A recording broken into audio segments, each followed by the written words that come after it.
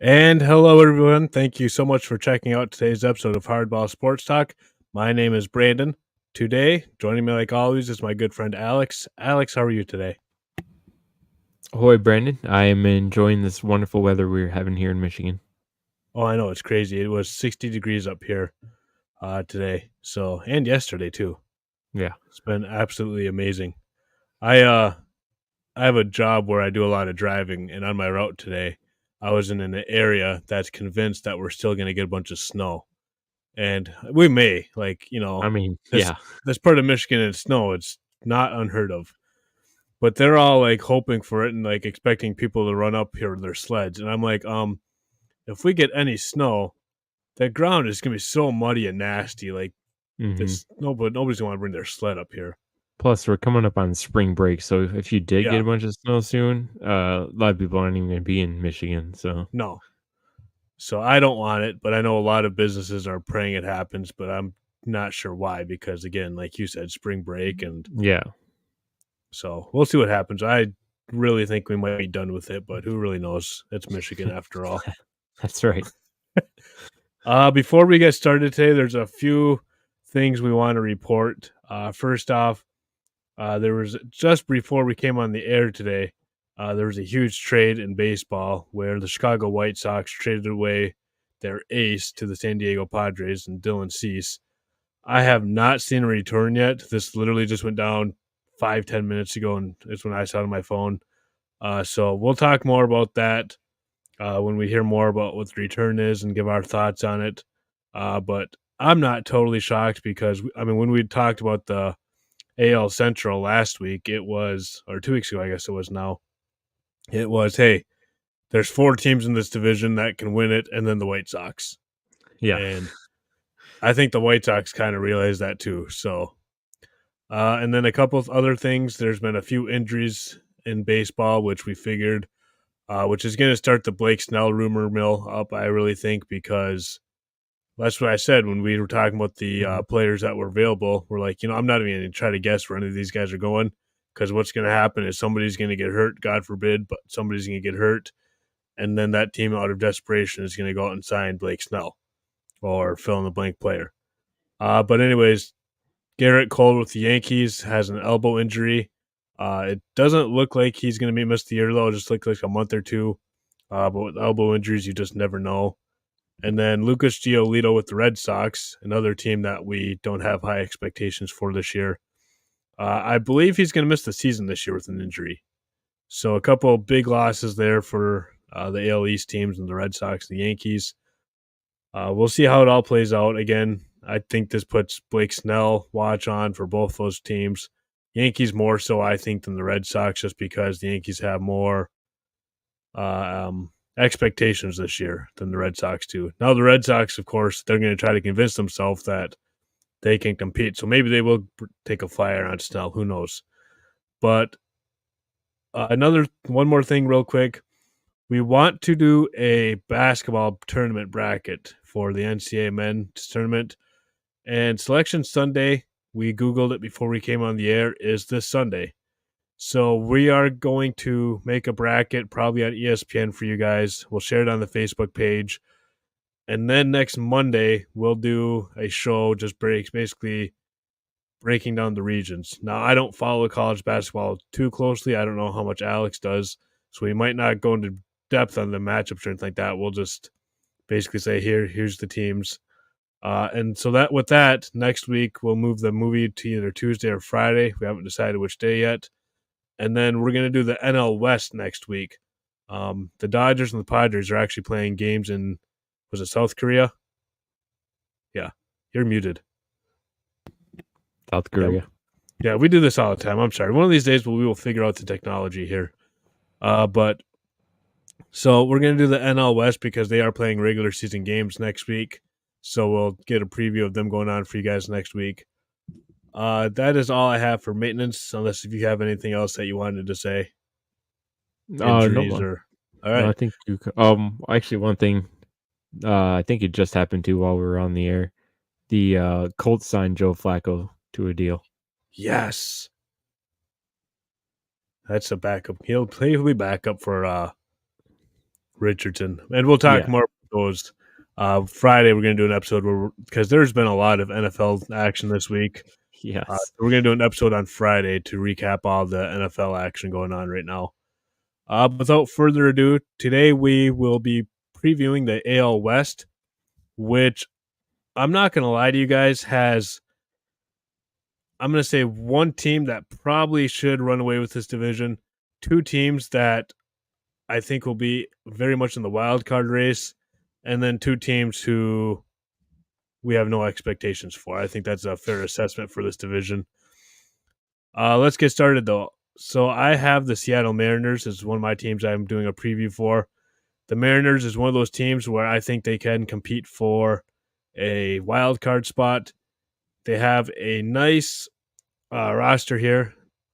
They got a couple catchers here. They got Carl Raleigh and Sebi Zavala. They're both average hitters, but they're actually halfway decent catchers. Both of them about league average and stopping the run, which is what you want to ask for in your catchers, is basically just being league average, if not better. And they also have Mitch Garver, who's going to probably be the DH for the most years, but in a pinch, he could play catcher. At first base, they have Ty France. He had a great season in 2022, not so much in 2023. His numbers, like batting average, on base, was pretty consistent. But last year only had 12 home runs and 58 RBIs. And any other position, I wouldn't really complain too much about that. But with the first baseman, especially, that's just a power position. You need a guy that's going to get you some bombs and drive in more than 58 runs out of your first baseman. For whatever reason, that position is just a power position. So you'd like to have your first baseman have better power numbers than that. But I like the fact that he's consistent with his on base and stuff like that. So it's a double-edged sword right there.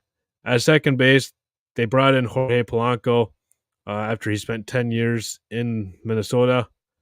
Polanco has a career 780 OPS. His best season was in 2021 when he hit 33 home runs and an OPS of 836. Second base, unlike first base, is not a power position for, again, whatever reason. Maybe it's just a body type that has to play there. So 21 home runs for a second baseman is pretty good. So no complaints there. And again, 700 is average OPS in the league. So career 780 hitter, he's just slightly above average. And really, you're not going to have all all-stars on your team. You need guys that'll give you good at-bats, though, and I think Polanco is one of those guys. At shortstop, they got J.P. Crawford, who is probably the leader of this team. He's a I can't remember what they call it, but basically he hits home runs, he strikes outs, and he walks. That's pretty much what he does. Modern-day baseball player. And not a whole lot more needs to be said there. At third base, they're probably going to have a split between Luis Urias and Josh Rojas. Urias, career journeyman. He's played for 4 or 5 different teams. He played 150 games once in his career, and that was in 21 with Milwaukee. So it'll be a platoon situation here. Rojas has a career 698 OPS, so again, a platoon situation.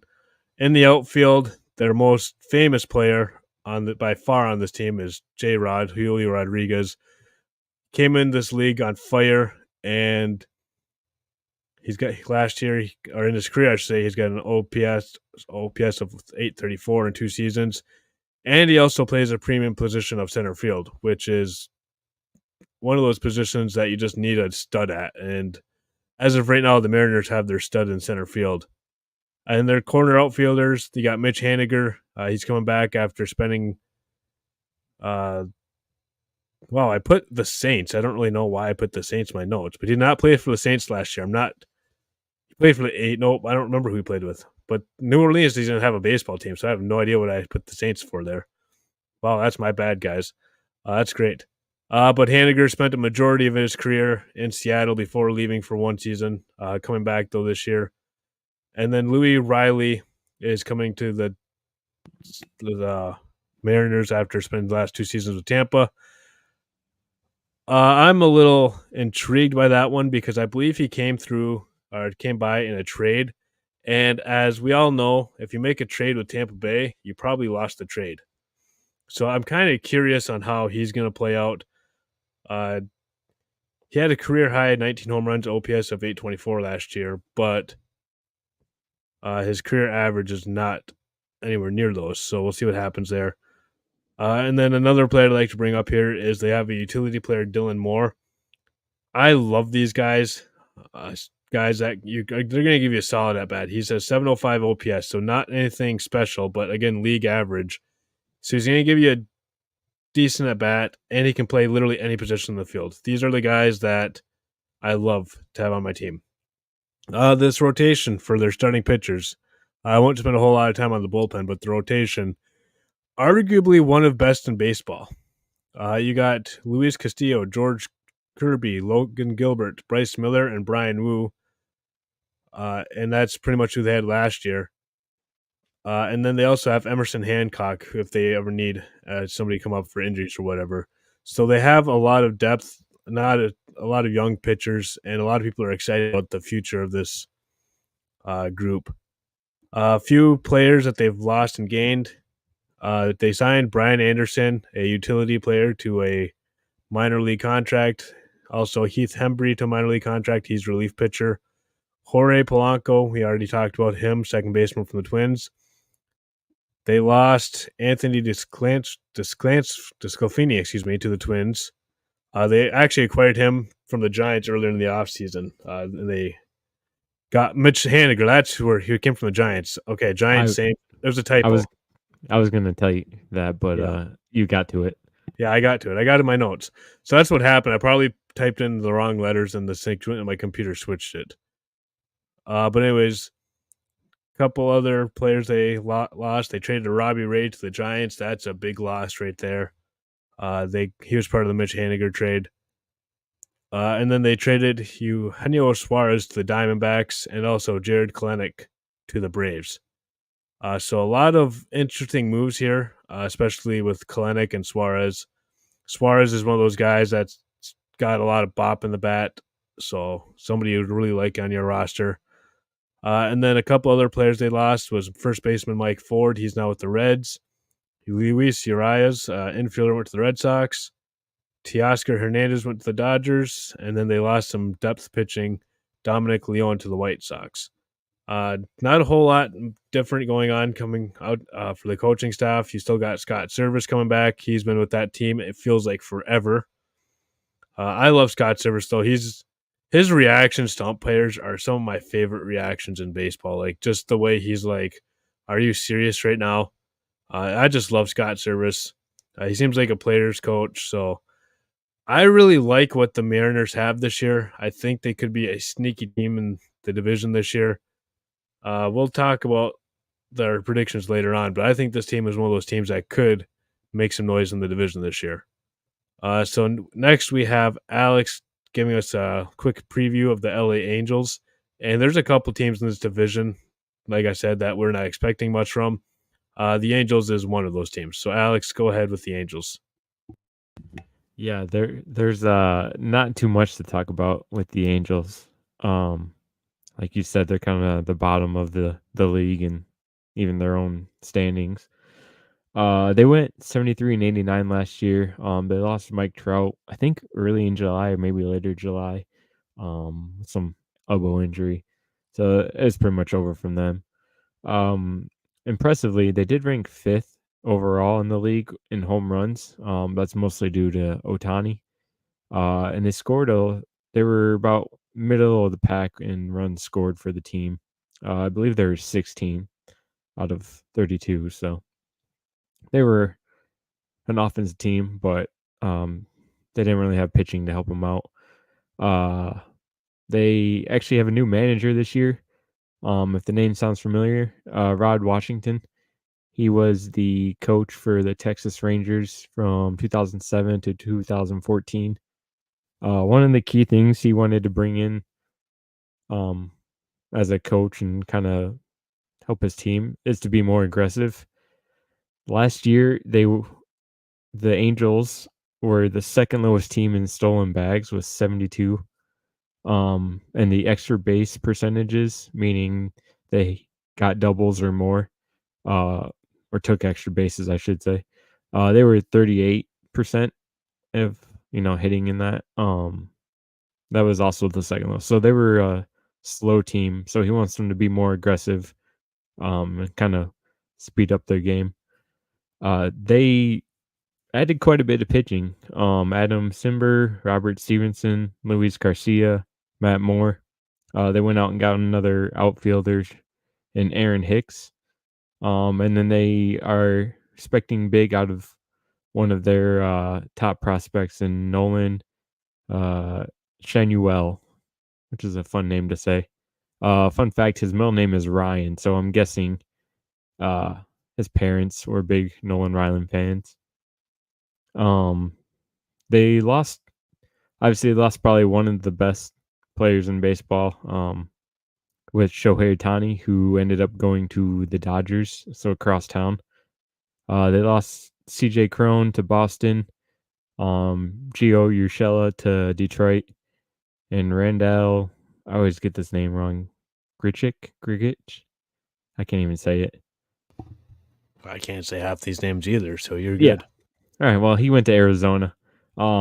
Basically, they lost infielders and, a two-way player, and they've just added a bunch of pitching.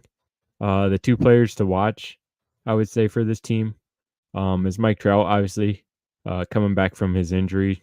See how well he hits and everything. And then Brandon Drury, who the last 2 seasons has hit 30 plus doubles and 25 plus home runs. So we'll see if he can keep his hot streak going this season. That's pretty much all I have for the Angels. Fun fact here about the Angels manager, Ron Washington. We're always going to go back to this conversation anytime we get, by the way, so get used to it. But Ron Washington was on the Oakland A's staff the Moneyball year. He was their third base coach. And there's a scene in Moneyball with Billy Bean talking to Scott Hadberg, who's played by Chris Pratt. And he's like, it's not the first base ain't that hard. Just tell him, Wash, it's extremely hard. It's a great line. It really is. And of course, the reference with Moneyball is we had actor from Moneyball, John Minch, on our show a couple weeks ago. He was the bench coach in that movie. Yes, we're going to reference this all the time because we were pumped about it. And any chance we get to bring it up, we're going to bring it up. So, Oh, you mean our good buddy John Minch? Yeah, friend of the show, John Minch. Yes. Yeah. So if you have not listened to that interview yet, please go ahead and listen to it. We had a great time with him. He talks about Moneyball for a little bit on there. He's mostly known for Little Big League, but he did talk about his experience on Moneyball there for a little bit. Moving on, though, we got the Houston Astros, who, on paper anyways, they are probably the best team in the division. But I'm going to let you actually go ahead and do the Texas Rangers first. I just got a text from somebody, so I got to go take care of that real quick. So I'll be right back. Oh, no pressure on me then. All right. Well, Yeah. we will let Brandon go do his thing, and hopefully I will not ruin this show.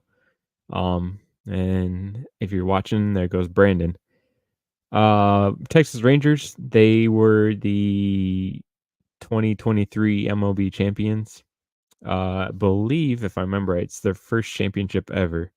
I'm going to do a little bit of live research here. Probably should have done that before.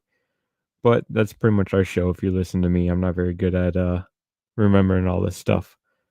So let's see, 2023. I believe I was correct. Yeah.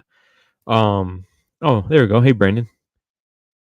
Yeah, you're muted. Hey, it's all right. How's it going? You're good. Good. You want to double check me and correct me? This Texas Rangers was their first championship, right? Yeah. Yeah, that's what I thought. Okay. There's only a few teams that haven't won, and they were one of them. So that's crossed off the list. So as the defending champs, they really didn't add a lot. From what I was looking at, they're expecting big things out of their one of their two top prospects, in Evan Carter, and Justin Fosk. This guy looks pretty impressive from some of the numbers I was seeing. In AAA, he was hitting over or his average was all right. It was 266, which isn't too bad for AAA. And like Brandon said, you kind of need some of these guys just to hit a couple. I think the most impressive stat with him is he drew more walks than strikeouts, which is kind of crazy if you think about MLB right now. It's a lot of strikeouts. Try to put the ball in play. But this is a very patient hitter. Um, they like I said, they didn't really add too much. They added Kirby Yates, who was the pitcher. I don't remember where he came from. They lost a few pitchers, a couple starting pitchers, relief pitchers, bullpen guys. Will Smith, Chris Stratton, Aroldis Chapman, and Jordan Montgomery. And like Brandon said earlier, Mitch Garver, who was catcher DH, he obviously went to the Mariners, and they also lost their other catcher in Austin Hedges. What is more interesting is their starting rotation. It will be missing three big, well, two bigger guys, I should say, with Jacob deGrom and Max Scherzer. I believe both of them are out for a couple months. I had to look at it again. It's been a while since I've checked that. If they had any progress or anything. And Tyler Mahle was another starting pitcher that they were expecting. So right now the rotation is Nathan Eovaldi, John Gray, Andrew Heaney. I'm guessing it's Dwayne. I can't read my own writing, which is pretty sad. Dwayne Dunning and Cody Bradford. That's their starting rotation right now. Their two top prospects who potentially will be playing. At least one, I would say. The other one, I think he's really young right now, and that was their 2023 draft pick, Wyatt Longford. Again, can't read my own handwriting. Pretty embarrassing. It's Langford. Thank you. That's what I have you on the mic for, Brandon. And then Dustin Harris, who's an outfielder and first baseman too. One key thing about the Rangers, and it kind of hurt them last year towards the end of the season, when they're trying to hold on for dear life to make the playoffs, is their bullpen struggle. They ended up blowing 33 saves and only saving 30. And their bullpen ERA was 4.77, which is not good for your ERA. Kind of sounds like the Tigers' starting pitcher's ERA, and that's also not good. So, yeah, I took a shot at our Tigers. What you can do about it? Yeah. So again, the Rangers, for being the world champs, they lost a couple pitchers, a couple catchers, and they're kind of expecting big things from their prospects that are hopefully going to make the team. That's all I got for the Rangers. What's crazy about that World Series with the Diamondbacks is the Diamondbacks bullpen, and we'll talk about them too. But their bullpen last year wasn't anything special either. It's one of those rare instances where you were able to make it to the World Series despite your bullpen. Right. I mean, think of all those Tigers teams that if they had a bullpen, how many World Series would we have? Yeah. Sorry about that, though. My wife was out, and she couldn't get in the house. I had to go let her in. Yeah. So you didn't have to let her in. I didn't have to let her in, but if I don't want to sleep on the couch tonight, I had to let her in. That's fair. But anyways, going back to the Astros now. The Houston Astros are by far probably the favorite in this division. A few question marks, though. The biggest one is new manager Joe Espada. I'm not overly concerned about this one. He's been the bench coach with the Astros last 6 seasons. He spent time under Dusty Baker and AJ Hinch, two very bright baseball minds. So I'm not really concerned about how he's going to respond. The next question with this team would be the catching position. They got Yanier Diaz, who is a young catcher. Martin Maldonado is no longer with the team. Diaz is a second-year catcher, or he might even be considered a rookie this year. But in 60 games last year, he did really good. 846 OPS, 30% caught stealing. So in a small sample size last year, he had a really good year. Next question mark I have for them actually is at first base with Jose Abreu, who was with the White Sox there for a while and signed a nice contract with the Astros. He wasn't at full strength last year. Still hit 18 home runs and 98 RBIs. Question is, with coming off an injury at age 35, 36, how productive will he actually be? Another person who's coming off an injury is Jose Altuve, their second baseman. That one, so the Astros clearly are not worried about his injuries at all. They just signed him to a 5-year, $125 million extension. He'll be 39 when this contract is over. So clearly they're not worried about history of injuries. Not a whole lot of other question marks in this lineup for me. You got Bregman, you got Pena, who's a really good shortstop, young shortstop. Your outfielders are really good with Chas McCormick, Jake Myers, and Kyle Tucker. You got Ordon Alvarez as your DH. So you got a lot of really good baseball players on this team. This team is loaded from top to bottom. This rotation is arguably, again, just like Seattle, one of the best in baseball. You got Verlander, who's unfortunately going to miss the beginning of the season on the IL, but I don't believe it'll be a long-term thing. Then you got Framber Valdez, Christian Javier, Jose Urquidy, and Hunter Brown.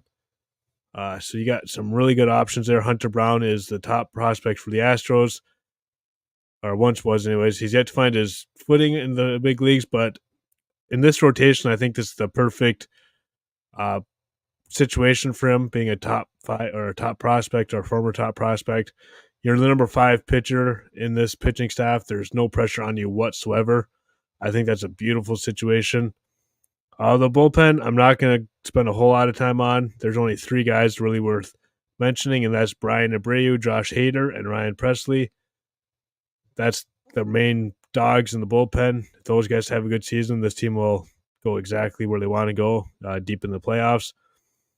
Key offseason moves, like I said, they extended Altuve. They acquired Drake Habbage, who is, I believe, is a pitcher.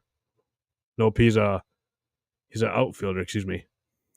And then signed Josh Hader. They did release Joel Kuhnel, and they signed Victor Cartini. And then, like I said, they lost Martin Maldonado. He's with the White Sox now. Michael Brantley retired. There's a couple prospects that might make an impact on the team this year. You got Joey Loperfido. He's an outfielder, first baseman, second baseman, utility player. And then Spencer Argetti. He's a pitcher. This team, because they've been so competitive the last decade, really, well, 7-8 years, they don't really have the best farm system in baseball, but they have a really good major league system. So the lack of depth in the organization is not a huge concern for me. That is pretty much what I have for the Astros. We're kind of at 30 minutes right now, so I gave you guys the edited version on that. Next, I got the Oakland A's. This team scares me with how bad they are. I'm not going to lie. Their catching situation, you got Shea Langeliers.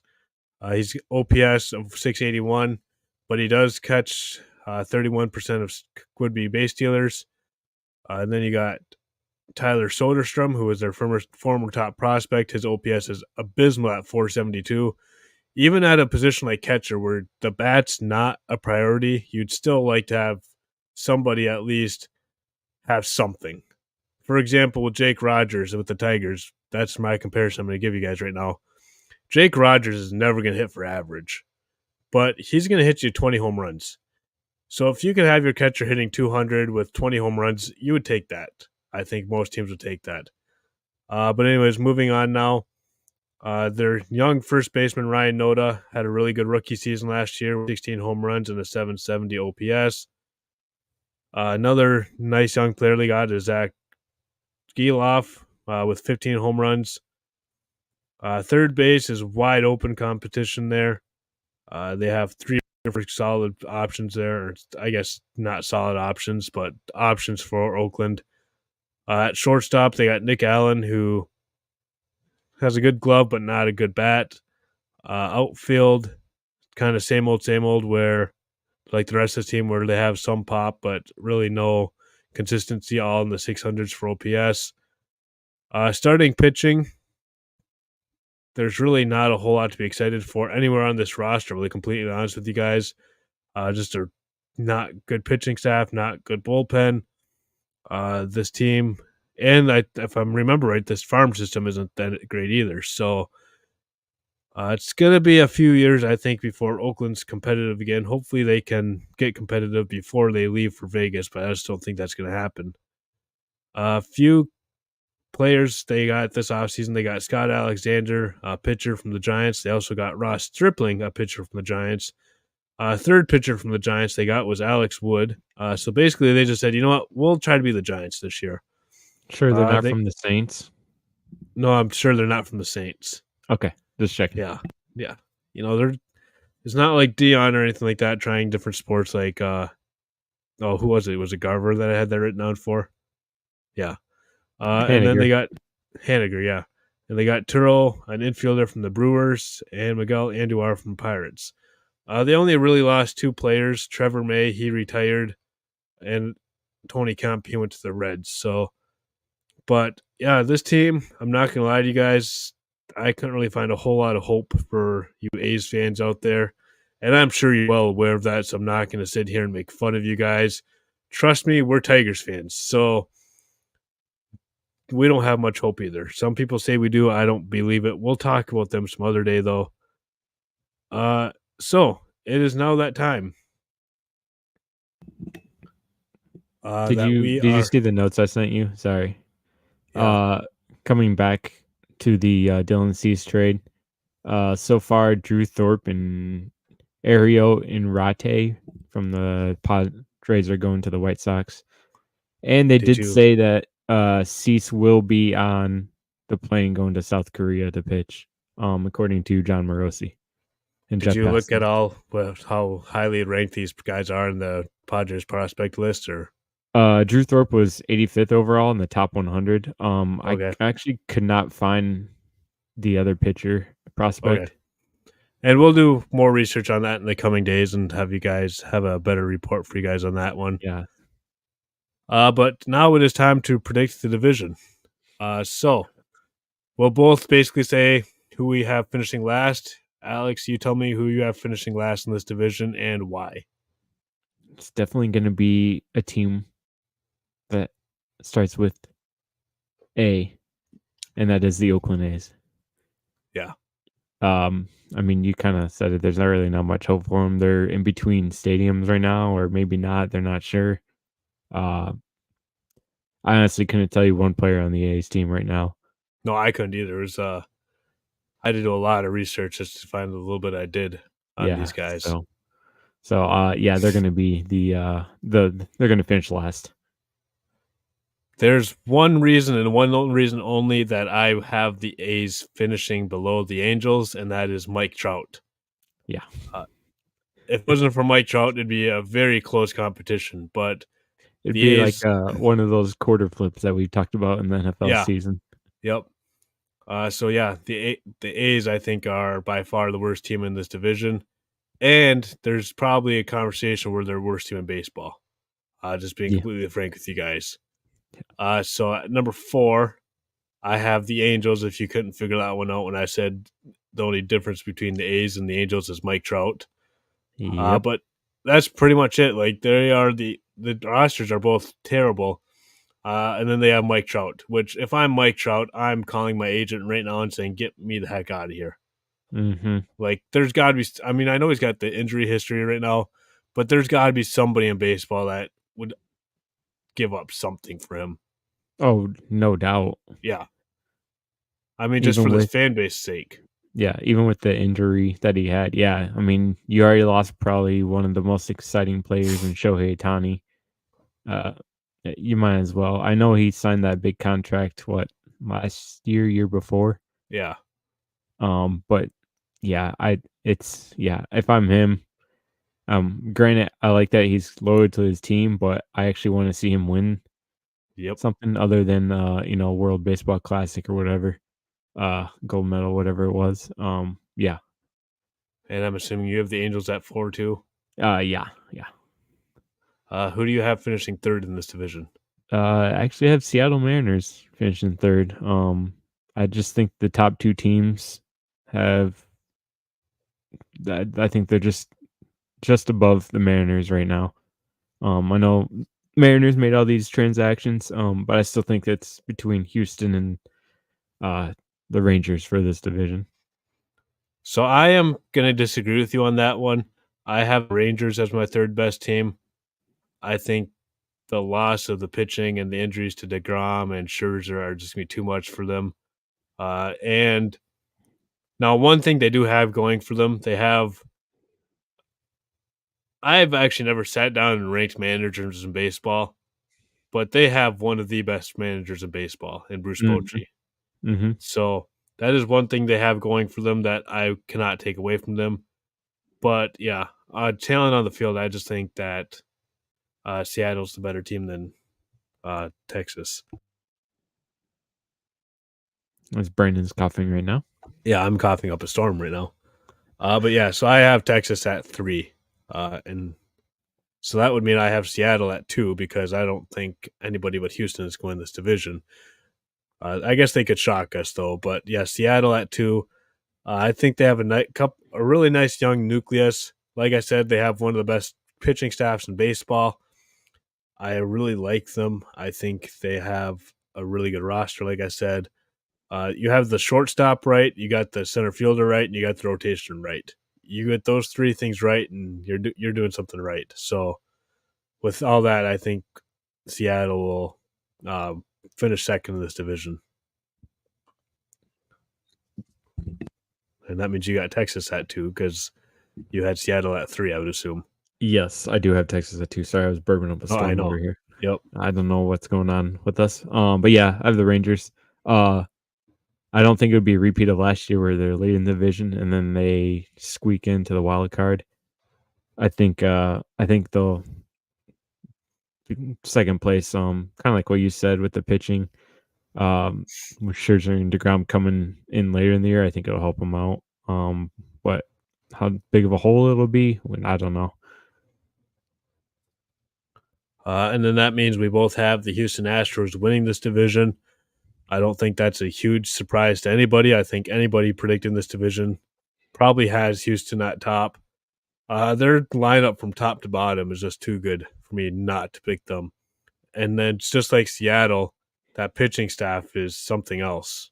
Even with JV missing a couple starts to start the year, I'd rather him miss a couple of starts in April and be ready to go in September. So, but yeah, I think Houston's going to run away with this division personally. Time will tell. Time will tell. You have anything else about Houston or anybody else in this division? Um, no, I don't think so. I haven't All seen right. any updated news if anyone else was going in that trade. But like you said, we'll kind of recap it later on and Yep. provide more detail. Thank you guys so much for checking us out this week. We hope you enjoyed it. Like I said, next week's going to be a little bit different. Monday, we'll be back and we'll talk about the NCAA tournament. We will make a bracket on ESPN, and I'll put that on Facebook, and I'll even put it in the description on Spotify and Apple Podcast for you guys to join us. So feel free to join us in that. Let's try to make that as big as we can. And depending how many people we have in it and how big we're getting, maybe we'll even have a small prize for the winner. If it's not one of us, that is. Uh, thank you guys so much for checking us out. We hope you enjoyed it. We will talk to you guys on Friday when we recap this wild and crazy week of the NFL. So we will talk to you guys on Friday. Have a good week.